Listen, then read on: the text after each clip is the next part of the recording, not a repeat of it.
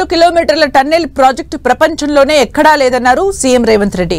SLBC tunnel project పూర్తయితే అత్యంత పొడవైన టన్నెల్ ప్రాజెక్టుగా తెలంగాణకు కీర్తి దక్కుతుందన్నారు. ఈ ప్రాజెక్టు పూర్తయితే నల్గొండ జిల్లాకు 33 టీఎంసీల సాగునీరు అందించడానికి వీలవుతుందన్నారు.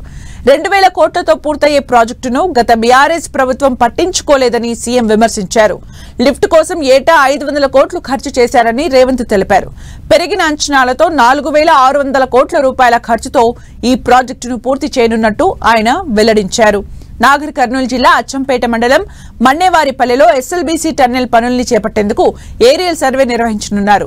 దీనికి సంబంధించిన ఎలక్ట్రోమాగ్నెటిక్ సర్వే పనుల్ని మంత్రులు ఉత్తమ్, కోమటిరెడ్డి వెంకటరెడ్డితో కలిసి సీఎం రేవంత్ రెడ్డి ప్రారంభించారు. హెలిమాగ్నెటిక్ సర్వేకు సిద్ధంగా ఉన్న హెలికాప్టర్, అందులోని అధునాతన పరికరాలను సీఎం, మంత్రులు పరిశీలించారు.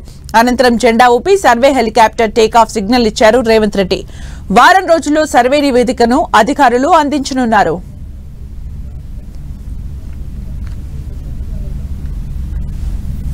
ప్రపంచంలో ఎక్కడ కూడా 42 కిలోమీటర్ల టన్నెల్ ప్రాజెక్టు ప్రపంచంలోనే లేదు. ఈ ప్రాజెక్టు పూర్తి చేస్తే ప్రపంచంలోనే అతి పొడవైన టన్నెల్ అనేది మనకే కీర్తి దక్కడమే కాకుండా అనా పైసా ఖర్చు లేకుండా నీళ్లు అవలీలగా నల్గొండ జిల్లాకు 30 టీఎంసీలు 3 లక్షల ఎకరాలకు నీళ్లు తీసుకుపోవడానికి ₹1 ఖర్చు లేకుండా గ్రావిటీతోటి ఈరోజు అదే భూమికి నీళ్ళు ఇవ్వాలంటే ఏఎంఆర్పి లిఫ్టులతో వాడితే సంవత్సరానికి 500 కోట్ల రూపాయలు ఈరోజు విద్యుత్ ఖర్చులు అవుతున్నాయి. ఈ 10 ఏళ్లలో 5000 కోట్ల రూపాయలు విద్యుత్ ఖర్చు పెట్టిన కానీ 2000 కోట్ల రూపాయలు ఖర్చు పెడితే ప్రాజెక్టు పూర్తయి ఉండేది.